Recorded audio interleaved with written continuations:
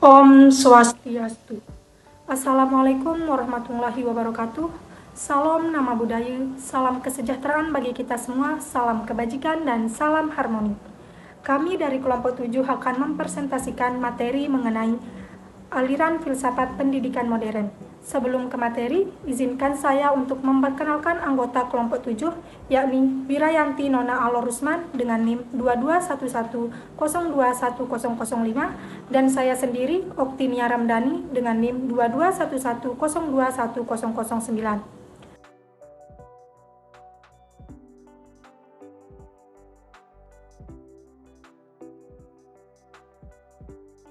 Adapun submateri yang akan kami bahas, yang pertama, aliran progresivisme, yang kedua, aliran esensialisme, yang ketiga, aliran perennialisme, yang keempat, aliran rekonstruksionisme. Materi yang pertama akan dibacakan oleh saya sendiri, yaitu aliran progresivisme. Sebelumnya, kami akan menjelaskan tentang latar belakang kemunculan filsafat modern. Kemunculan filsafat modern sebetulnya seiring dengan zaman atau Renaissance dalam istilah barat sekitar abad 15 dan 16. Di masa abad pertengahan, Renaissance berarti kelahiran kembali, yaitu usaha untuk menghidupkan kembali kebudayaan klasik Yunani Romawi. Yang paling penting dari masa ini adalah timbulnya ilmu pengetahuan alam yang modern, berdasarkan eksperimental dan matematis. Perintis jalan baru untuk perkembangan ilmiah modern adalah Leonardo da Vinci 1452 sampai 1519, Nicolaas Copernicus 1473 sampai 1543, Johannes Kepler 1571 sampai 1630, dan Galileo yaitu 1964 sampai 1643. Bapak filsafat modern adalah René Descartes 1996 sampai 1650. Bahkan setiap filosof modern merupakan pengikutnya. Prinsip cogito ergo sum atau supaya berpikir maka saya ada menjadi inspirasi pemikiran yang banyak, melahirkan banyak filosofi rasionalisme. Dalam filsafat pendidikan modern terdapat beberapa aliran, yaitu aliran progresivisme, esensialisme, perennialisme, dan rekonstruksionisme. Yang pertama, aliran progresivisme. Aliran filsafat progresivisme ini merupakan salah satu aliran filsafat pendidikan yang berkembang pesat pada permulaan abad ke-20. Progresivisme identik dengan eksperimentalisme, yang berarti aliran ini menyadari dan mempraktikkan eksperimen adalah alat utama untuk menguji kebenaran suatu teori dan suatu ilmu pengetahuan.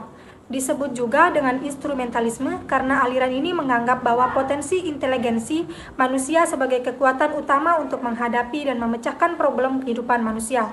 Adapun sebutan lain yakni environmentalisme, karena aliran ini menganggap lingkungan hidup sebagai medan berjuang menghadapi tantangan dalam hidup.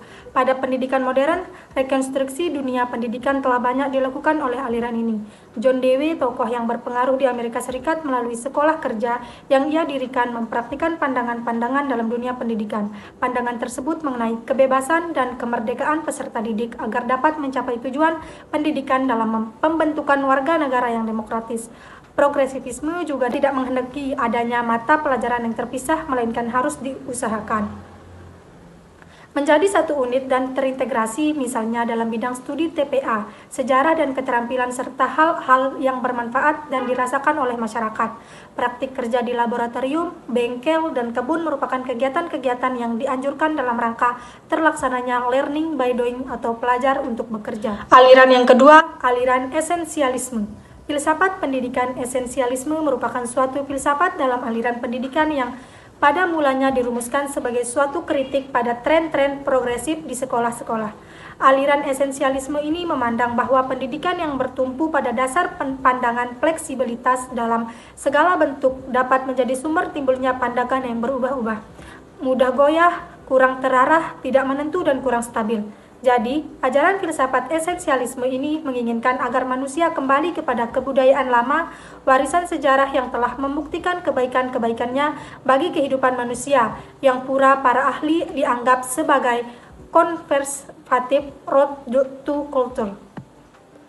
Esensialisme modern dalam pendidikan adalah gerakan pendidikan yang memprotes terhadap skeptisme dan sinisme dari gerakan progresivisme terhadap nilai-nilai yang tertanam dalam warisan budaya atau sosial. Implikasi aliran filsafat esensialisme dalam konteks pendidikan modern adalah sebagai berikut. 1. Tujuan pembelajaran diarahkan pada upaya mempersiapkan anak didik untuk hidup atau menjalani kehidupan dalam lingkungan sosialnya. Yang kedua, kurikulum berisi hal-hal yang bersifat mendasar yang ingin ditanamkan ke dalam diri peserta didik, terutama nilai-nilai yang mereka anggap penting atau esensial. Yang ketiga, pendidikan berpusat pada guru atau teacher-centered.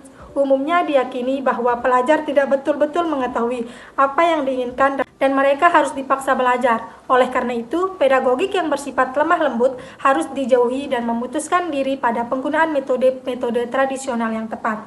Yang keempat, strategi atau metode yang digunakan adalah pemberian contoh, keteladanan, pembiasaan, dan pendekatan persuasif. Yang kelima, dalam segi evaluasi, pembelajaran ditekankan pada evaluasi acuan etik sebagai upaya mengukur internalisasi dari nilai-nilai keimanan dan kemanusiaan pada siswa dan sejauh mana implementasi dari nilai-nilai keimanan itu dalam ranah sosial.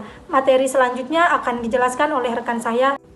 Baik, terima kasih atas kesempatannya. Di sini saya akan menjelaskan mengenai aliran perennialisme dan rekonstruksionisme. Aliran perennialisme.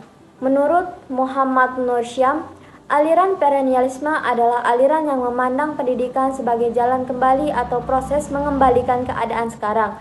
Perennialisme memberikan sumbangan yang berpengaruh baik teori maupun praktik bagi kebudayaan dan pendidikan zaman sekarang.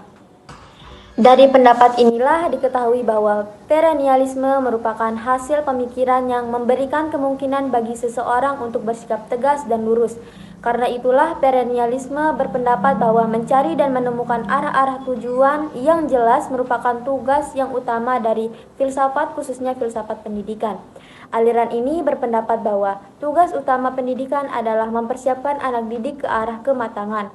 Matang dalam arti hidup akalnya, sekolah sebagai tempat utama dalam pendidikan, mempersiapkan anak didik ke arah kematangan akal dengan memberikan pengetahuan.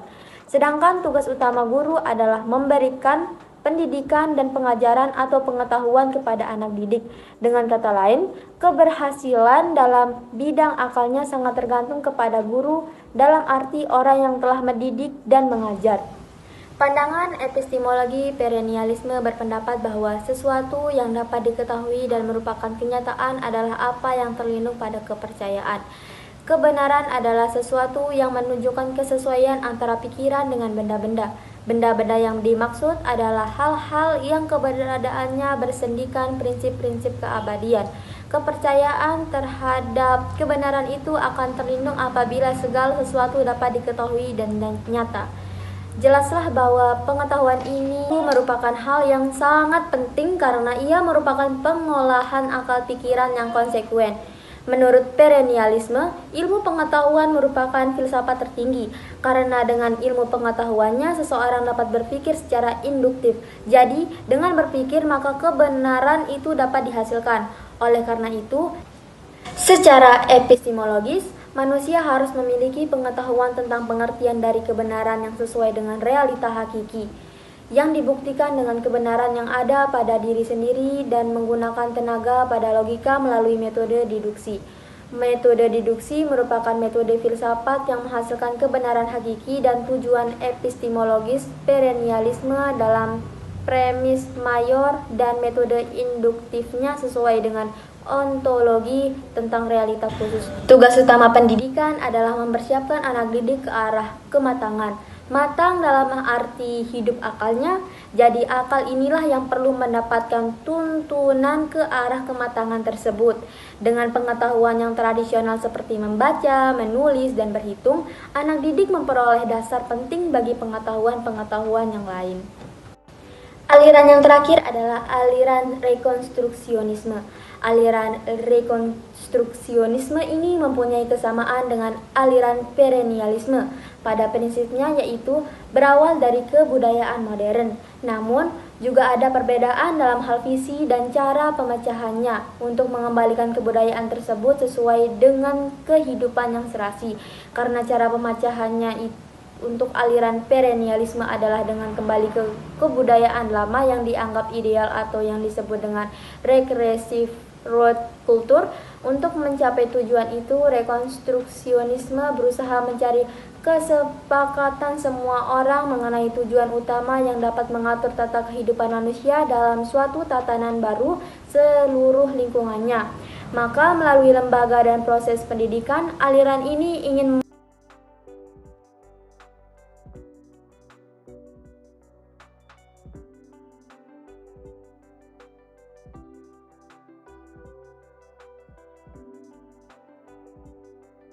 merombak tata susunan lama dan membangun tata susunan hidup kebudayaan yang sama sekali baru.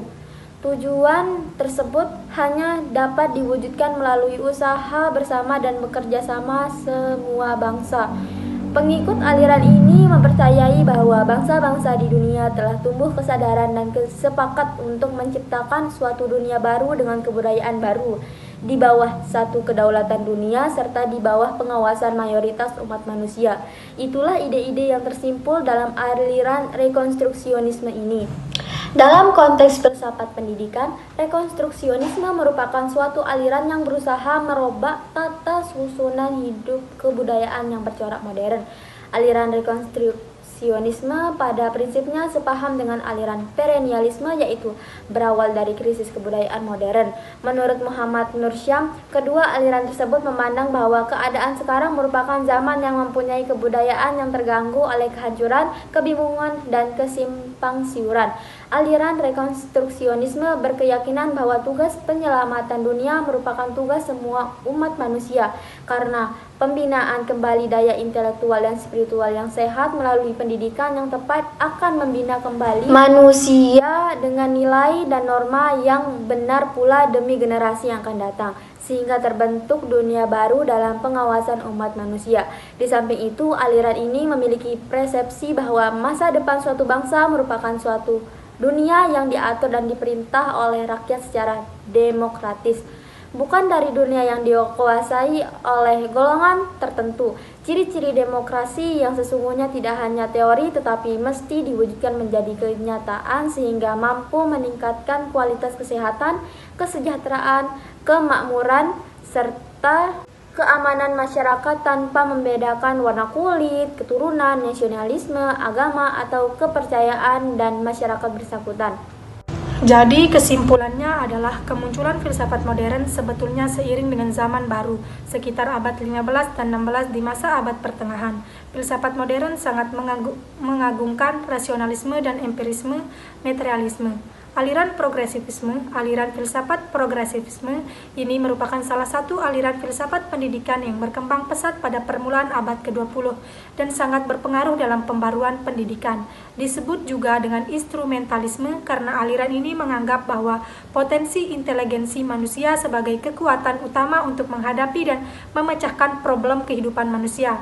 Adapun sebutan lain yakni environmentalisme karena aliran ini menganggap lingkungan hidup sebagai medan berjuang menghadapi tantangan dalam hidup, baik lingkungan fisik maupun lingkungan sosial. Aliran esensialisme memandang bahwa pendidikan yang bertumpu pada dasar pandangan fleksibilitas dalam segala bentuk dapat menjadi sumber timbulnya pandangan yang berubah-ubah, mudah goyah, kurang terarah, tidak menentu, dan kurang stabil.